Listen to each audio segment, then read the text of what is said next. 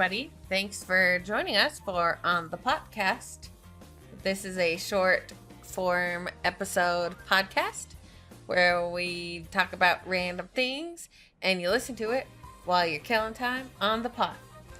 Or it's like 4:47 and you get off work at 5 and you kind of have to still look like you're busy. So you put the podcast on your computer and you're sitting there and you're fake typing, but you're actually listening to us. I'm Katie. And I'm Liz.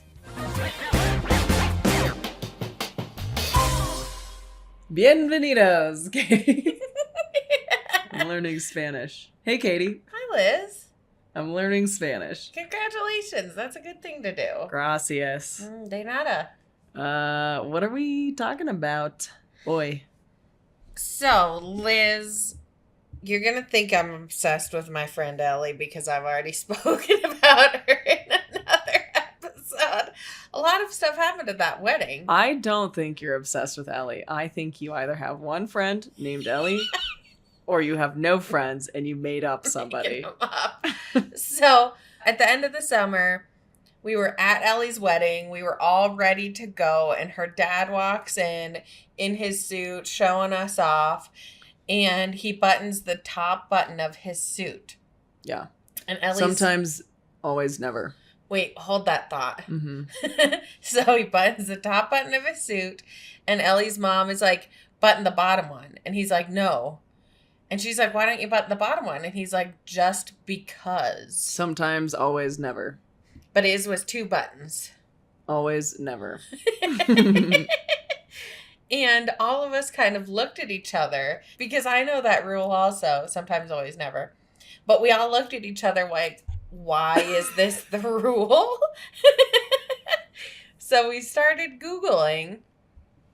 And Liz, what we're talking about today is some traditions that still exist because of things that go back hundreds of years in the past.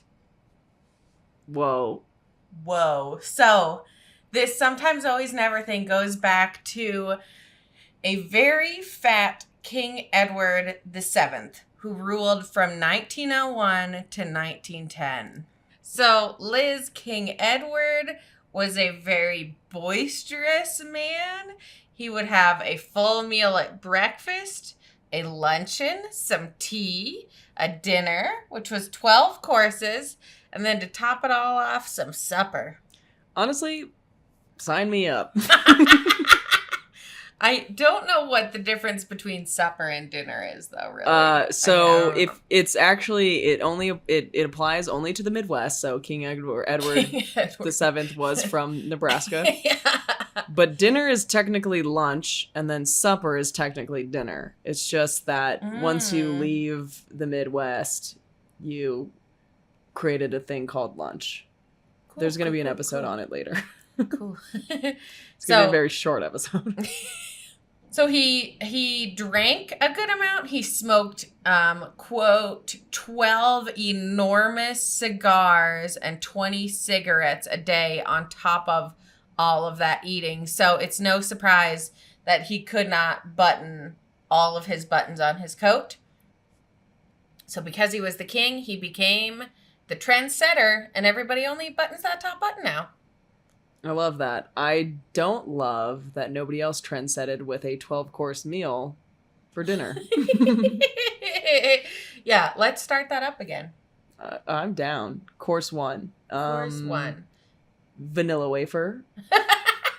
Course 2. Cucumbers. Course 3. Chocolate mousse. So there's dessert mixed in there also. Well, there's 12 courses.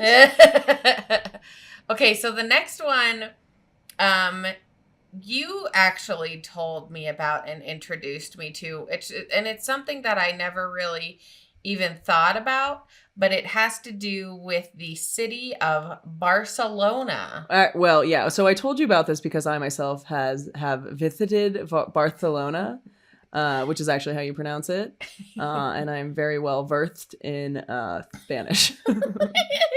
So Liz, you know this, but there, and you know this, and there were some beliefs. There were some beliefs that King Ferdinand was born with a lisp, and that's why it is pronounced Barcelona.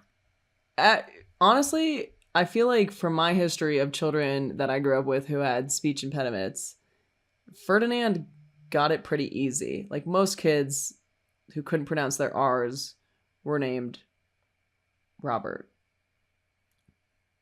Wobert. So Ferdinand had it pretty good.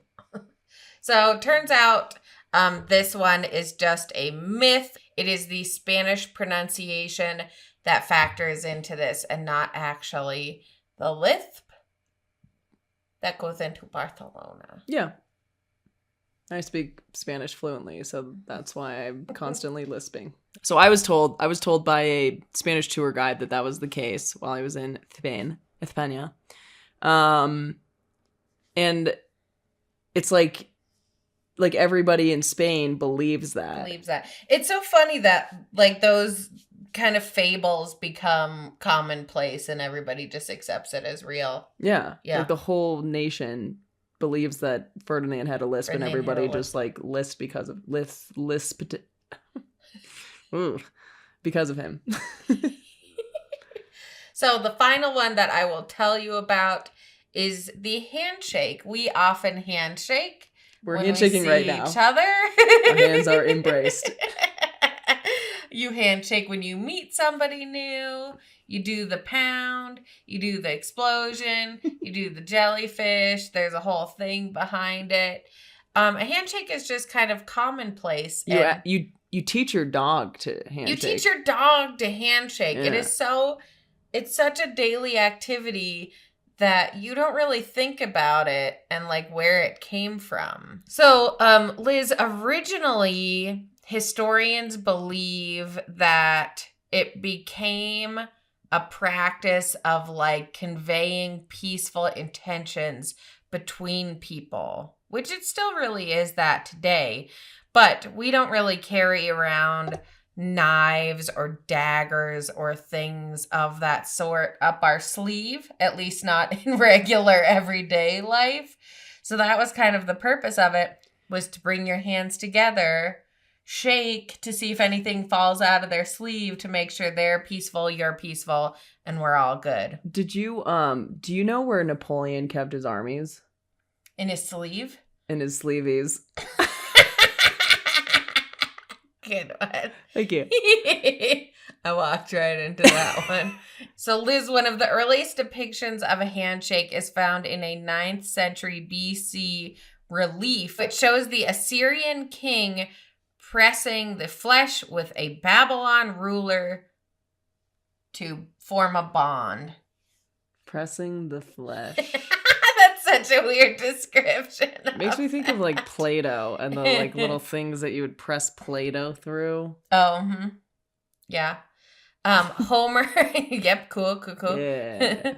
The epic poet Homer also had it in his works, including the Iliad and the Odyssey. I love the Odyssey, and Homer absolutely was epic. Epic. So, Liz, just a few examples of modern day practices that we do that we don't even think about, which I think is fascinating. You put your right hand in, you put your right hand out, and then you hold it out, and your knife falls out of your sleeve. Yeah. Pretty good. Yeah. So, there you go.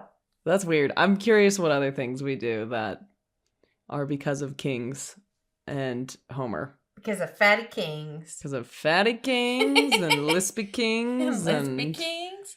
And dirty left hands. And touching skin to skin.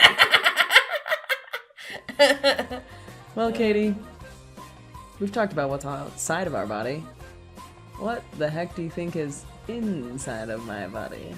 Liz, I hope it's a little bit of knowledge. Show is. Thanks for listening. Adios. Adios.